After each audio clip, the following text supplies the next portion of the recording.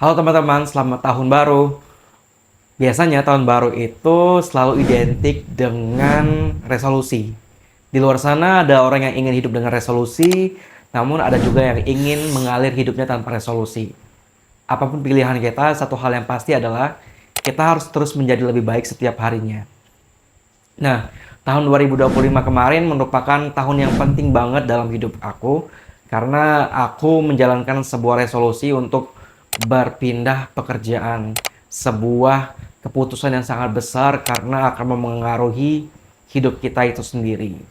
Karena berpindah kerjaan itu adalah big deal ya, apalagi kita udah settle di tempat yang lama dan udah merasa itu comfort zone, tapi kita perlu keluar dari zona nyaman tersebut. Itu suatu keputusan yang sangat besar bagiku secara pribadi gitu ya. Dan nah, waktu 2025 aku berpindah pekerjaan dari satu tempat ke tempat lainnya, namun masih di bidang yang sama, yaitu sebagai seorang campaigner untuk isu lingkungan gitu, teman-teman. Berpindah pekerjaan itu memang perlu pertimbangan yang cukup matang ya teman-teman, karena memang semua orang tidak memiliki privilege untuk melakukan ini karena mungkin kita butuh kenyamanan dalam hidup, udah nyaman dapat uang, udah nyaman bekerja di tempat tersebut. Karena perlu kita ketahui bersama teman-teman bahwa dunia pekerjaan itu memang sangat kompleks dan penuh persaingan gitu ya. Kadang kita tidak mendapatkan pekerjaan sesuai dengan passion kita, bukan berarti kita tidak hebat, namun karena ruang pekerjaan itu sangat terbatas dan saingannya begitu banyak, apalagi di Indonesia. Gitu ya, dengan lapangan pekerjaan yang sangat terbatas dan jumlah orang yang bekerja sangat banyak, maka persaingan tersebut menjadi sangat ketat gitu ya. Belum lagi pertimbangan-pertimbangan politis lainnya, misalnya kantor tersebut hanya ingin mempekerjakan orang dari daerah tersebut gitu ya. Namun publikasinya udah terlanjur di medsos dan kita lihat sebagai orang luar ingin meng-apply tersebut. Namun karena keputusan untuk mempekerjakan orang di sekitar provinsi atau kota tersebut, ya kita jadi tersisih gitu ya. Itu sangat mempengaruhi di hidup kita dan aku baru nyadar beberapa waktu terakhir gitu ya teman-teman. Dan berpindah pekerjaan itu ada plus minusnya sih. Kalau aku merasa ketika aku berpindah pekerjaan kemarin, banyak sekali potensi-potensi yang tergali dalam yang terpendam selama ini tuh bisa keluar gitu ya.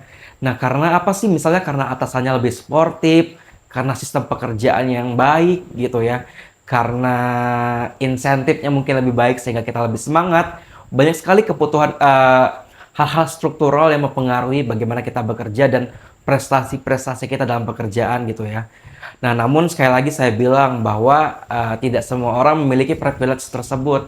Karena mungkin ya ketika dia keluar pekerjaan dari tempat lama, belum tentu dia langsung dapat pekerjaan gitu ya. Nah, trik yang saya lakukan kemarin memang udah hunting 3-4 bulan sebelumnya untuk mencari pekerjaan baru gitu ya.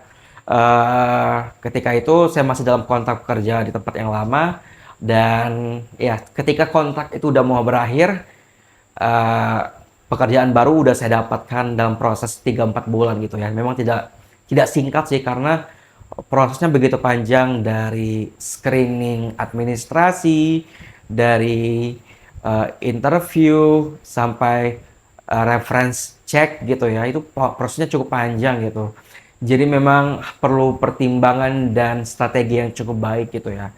Dan saya bilang saya adalah orang yang cukup beruntung karena bisa bekerja di bidang yang saya senangi, masih di dunia campaign, di dunia organisasi sosial dan lingkungan gitu ya.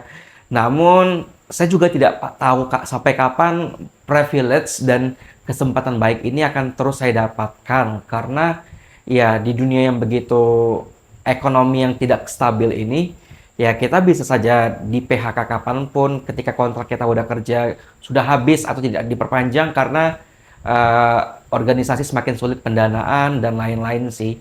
Jadi memang ya nggak ada yang bisa menggaransi bahwa uh, kita udah nyaman, kita akan terus diperpanjang di sini, nggak ada garansi sama sekali. Jadi memang saya terus, pertama yang saya lakukan sekarang adalah tetap melakukan yang terbaik apa yang saya punya sekarang dan kesempatan yang saya dapatkan. sambil membangun networking lain dan membangun kesempatan-kesempatan lain sehingga kita punya plan B ketika kita udah nggak bekerja lagi di tempat yang cukup nyaman gitu ya. Dan ya tidak ada yang bisa menggaransi juga bahwa ketika kita pindah pekerjaan di tempat baru itu akan lebih enak, tidak ada yang menggaransi, tidak ada yang menjamin gitu ya. Karena ya dalam bekerja, terutama tekanan-tekanan pekerjaan itu akan selalu ada. Itu dimanapun, mau kerja di level apapun eh, pekerjaan dan tekanan itu akan selalu ada. Namun memang ya kita perlu apa ya belajar dari setiap tempat kerja yang dimana kita bekerja gitu ya. Dan ada hal lain lagi yang perlu kita identifikasi sih, terutama motivasi dalam bekerja. Misalnya ada orang yang bekerja untuk cari pengalaman karena fresh graduate gitu ya. It's okay, kalian jalanin saja penuh penuh sukacita, apapun itu, pelajari sistemnya, kurang lebihnya sebagai pelajaran gitu ya, atau sebagai ruang untuk membangun portofolio gitu. Namun ada juga orang yang ingin mencari uang gitu ya untuk menafkahi diri, keluarga ataupun orang tua gitu ya. Kalau kamu sandwich generation gitu, ya kamu harus lebih resilience, lebih tangguh gitu ya, karena ya memang dunia itu tidak seideal yang kita bayangkan. Kadang ada hal-hal yang tidak nyaman gitu, tapi karena kamu benar-benar membutuhkan uang tersebut ya, jadi you have to survive anything happen in your life, kecuali memang benar-benar tidak sanggup gitu ya. Tapi make sure kamu udah punya tabungan untuk beberapa bulan ke depan gitu ya.